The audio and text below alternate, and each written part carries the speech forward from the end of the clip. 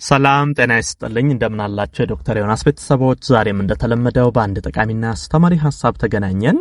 በዛሬ ፕሮግራሜ የምነግራችሁ በተለይ ፊታችን ቶሎ እንዲያረጅ የሚያደርጉ አቅማችን ቶሎ እንዲደክም የሚያደርጉ ገና ወጣት ሆነን ትልቅ ሰው እንድንመስል የሚያደርጉ ተግባራቶችን ነው የምነግራችሁ።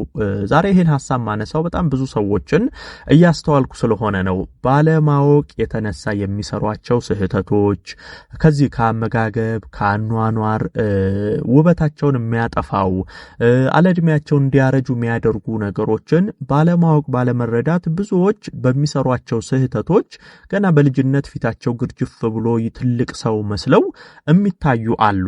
ስለዚህ እስቲ የወጣትነት ውበታችንን፣ መልካችንን፣ አቅማችንን፣ ጥንካሬያችንን ይዘን ለረጅም ጊዜ ለመቆየት እርጅናን ለማዘግየት ገና በልጅነት እንዳናረጅ ምን እናድርግ የሚለውን በዚህ ቪዲዮ መሰረታዊ ሐሳቦችን ነግራችኋለሁ ማለት ነው።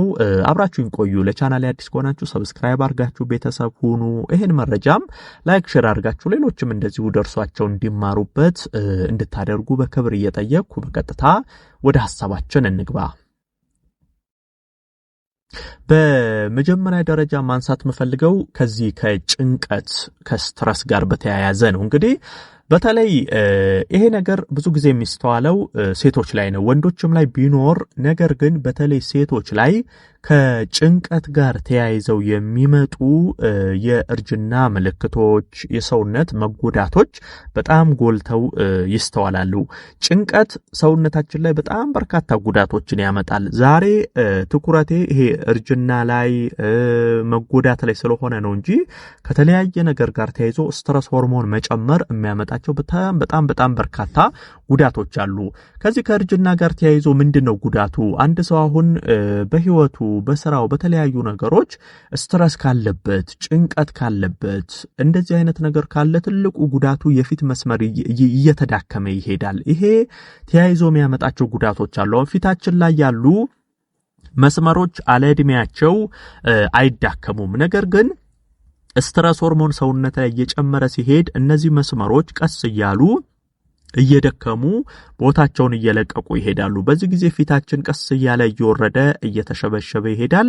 ይሄ የወጣትነት ልስልስ ያለ ውጥር ያለው ፊታችን ግርጅፍ ወዳለ የትልቅ ሰው መልክ እየተቀየረ ይሄዳል። ይሄ ብዙ ጊዜ በሴቶች ላይ ይስተዋላል። በተለይ አሁን አንዳንድ ሴቶች በትዳራቸው ደስተኛ ካልሆኑ፣ በአኗኗራቸው ደስተኛ ካልሆኑ፣ በጣም ስትረስ ጭንቀት ካለባቸው ገና ልጆቹ ነው ሰውነታቸውን የጣሉ ትልቅ ሰው የሚመስሉ እድሜያቸው ቀላል ገና ልጅ ሆነው ነገር ግን ትልቅ ሰው የሚመስሉ አሉ። ይሄ ከጭንቀት በአኗኗራቸው በትዳራቸው በኑሯቸው ደስተኛ ካለመሆን ጋር የመጣ ጭንቀት የፈጠረባቸው ነው። ስለዚህ ስትረስ ጭንቀት በራሱ ትልቅ ነገር ትልቅ ጉዳት እንደሆነ አውቃችሁ በተቻለ አቅም ማኔጅ ለማድረግ መሞከር አለባችሁ። ራሳችሁን በተለያዩ ነገሮች ለማዝናናት ስትረስን ለመርሳት ለመቀነስ መሞከር መሰረታዊ ነገር እንደሆነ መታወቅ አለበት።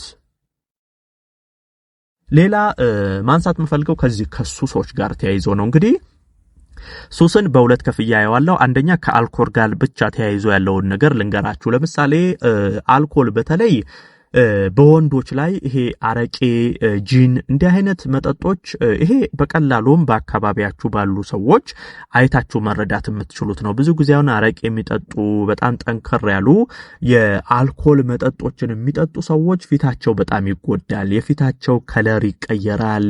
ፊታቸው ላይ የፊታቸው መስመሮች ይዳከማሉ። በጣም ትልቅ ሰው የመምሰል ግርጅፍ ያለ ትልቅ ሰው መልክ ውበቱ የጠፋ ፊት ይሆናል። ይሄ አልኮል የሚያመጣው ነው። አልኮል በጣም ውበታችንን ከሚያበላሹ መልካችንን ከሚያጠፉ በቀላሉ ቆዳዎቻችን እንዲጎዱ የሚያደርጉ ነገሮች ናቸው። ስለዚህ አልኮል የምትጠጡ በተለይ እንዲህ አረቄ፣ ጂን እንዲህ አይነት ነገሮችን የመጠጣት ልምድ ያላችሁ ሰዎች በተቻለ አቅም መቀነስ ያስፈልጋል። ይሄ እድሜያችንን በጣም በከፍተኛ ሁኔታ የሚበላ ጤናችንን የሚጎዳ በጣም በከፍተኛ ሁኔታ ጉዳት የሚያመጣብን ነው። ስለዚህ አልኮል በፍጹም አይመከርም ማለት ነው። ሌላው ከዚሁ ከሱስ ሳልወጣ ስለ ሲጋራ የተወሰነ ነገር ማንሳት ፈልጋለሁ። እንግዲህ ሲጋራ በቀላሉ ከላይ አይታችሁ የምትረዱት ለምሳሌ ከንፈር ማጥቆር፣ ጥርስ አካባቢ መጉዳት፣ አይናችንን ቢጫ ማድረግ እንደዚህ አይነት ነገር ቀጥታ አይታችሁ የምትረዱት ነው። ከሱ ባለፈ ፊታችንን በተለይ ሲጋራ በጣም ያበላሻል። ይሄ አሁን ስለ ሲጋራ ሳወራ ወደ ውስጥ አልገባውም። ወደ ጤናችን ውስጥ ስንገባ ከሳምባ፣ ከጉሮሮ፣ ከአተነፋፈስ ስርዓት ከተለያዩ ነገሮች ጋር ተያይዞ የሚያመጣቸው ጉዳቶች እጅግ በጣም ሰፊ ናቸው። ነገር ግን ስለ ቆዳ ብቻ ስናወራ ሲጋራ የሚያጨሰው በጣም የፊቱ መስሎች በከፍተኛ ሁኔታ ይጎዳሉ። የመሸብሸብ በፊት ላይ የሚወጡ በጣም በርካታ ጉዳቶች፣ የፊት ከለር መለወጥ፣ እንደዚህ አይነት ነገሮች አሉ። ቆዳችንን ሲጋራ እጅግ በጣም በከፍተኛ ሁኔታ ይጎዳልና ቅድም እንዳልኳችሁ መጠጥ፣ ከዛ ቀጥሎ ሲጋራ፣ ይሄ ከሱስ ጋር ተያይዘው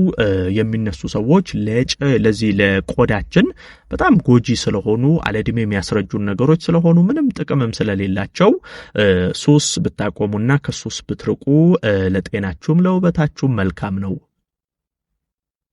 ሌላ ዋናው መነሳት ያለበት አመጋገብ። ብዙዎች ባለማወቅ ብዙ ጤናቸውን የሚያጡበት ነገር አመጋገብ ነው። በተለይ ስለ አመጋገብ ከዚህ ቀደምም ብዙ ነገር ስለተናገርኩኝ ዛሬ ዋና ዋና ነገሮችን በተለይ ከቆዳ ጋር ተያይዞ ማነሳው አንደኛ ብትችሉ በደንብ መመገብ ያለባቸው አትክልትና ፍራፍሬዎች ናቸው። ምንጊዜም እነግራችኋለሁ ኦርጋኒክ የሆኑ ነገሮችን መመገብ ለጤናችን ለአጠቃላይ ጤናችን በጣም ትልቁን ዋጋ ትልቁን ቦታ የሚይዙልን ናቸው። አመጋገብ ወደ ውስጥ የምናስገባው ነገር ነው ወጥቶ ወደ ውጭ ምላሽ የሚሰጠን። ቆዳችንም ሲታይ ውስጣችን የምናስገባው በቆዳችን ላይ ይታያል። አሁን አትክልትን ፍራፍሬዎችን የሚመገቡ ሰዎች፣ ኦርጋኒክ ጤናማ ምግቦችን የሚመገቡ ሰዎች ቆዳቸው ጥርት ያለ ውጥር ያለ ያማረ ይሆናል። በዛው ልክ ደግሞ ፕሮሰስድ የተደረጉ ምግቦች፣ ጣፋጭ ነገሮች፣ ቅባት ነገሮች፣ ለጤና ጎጂ የሆኑ ነገሮችን አዘውትሮ የመመገብ ልምድ ደግሞ ያላቸው ገና ከላይ ሲታዩ በጣም የተጎዳ ወፍራም የሆኑ ቦርጫም የሆኑ ቆዳቸው የወረደ የተንጠለጠለ በፊት ላይ የተለያዩ ነገሮች ትልቅ ሰው የሚመስሉ ይሄ ወደ ውስጥ የምናገባውን ከውጭ ማየት እንችላለን። ምንጊዜም አትክልትና ፍራፍሬዎችን በጤናማ መንገድ መመገብ ለቆዳችን እጅግ በጣም ወሳኝ ነው። ስለዚህ አትክልቶችን ፍራፍሬዎችን ተመገቡ። የታሸጉ ምግቦች፣ ጣፋጭ ነገሮች፣ ቅባታማ ነገር፣ ጨው የበዛበት ነገር እንዲህ አይነት ነገርን ቀንሱ። እዚሁ አመጋገብ ላይ ሌላ መጨምረው ለምሳሌ ስጋ ይሄ ቅባታማ ነገሮችን ቀንሱ ካልኳችሁ ጋር ይያያዛል። አሁን በተለይ ጮማዎች ምትበሉ መቀነስ። ስጋን ደግሞ ስትመገቡ በተቻለ አቅም ብዙ ጊዜ አሁን ስጋን ከሌላ ነገር ጋር ደባልቃችሁ ብትመገቡ ለምሳሌ ስጋን ከጎመን ጋር ከድንች ጋር ከእንደዚህ አይነት ነገሮች ጋር ብትመገቡት የቅባትነት መጠኑ እንዲቀንስላችሁ ያደርጋል። ይሄም በቆዳ ላይ የሚመጣውን ጉዳት በተለይ የመቀነስ አቅም አለውና በተቻለ አቅም አመጋገባችሁን ኦርጋኒክ ጤናማ ነገር ለማድረግ ሞክሩ። እንግዲህ በአጠቃላይ እነዚህ በተለይ አሁን የነገርኳችሁን ነገሮች ብታውቋቸው፣ ብትረዷቸው፣ ብትቆጣጠሯቸው ቶሎ እንዳታረጁ ውበታችሁን፣ ጤንነታችሁን ይዛችሁ መልካችሁን ይዛችሁ ወጣትነታችሁ እንዳማረ እንዲቆይ ይረዳችኋል ማለት ነው። ይሄን መረጃ ላይክ ሼር አድርጋችሁ ለሌሎችም አጋሩ። ለቤት አዲስ ሆናችሁም ቻናሌን ሰብስክራይብ አድርጋችሁ ቤተሰብ ሁኑ። የዛሬን በዚሁ አበቃው። በቀጣይ ቀን በሌላ መረጃ ዳግም እንገናኛለን። እስከዛው በያላችሁበት መልካም ጊዜ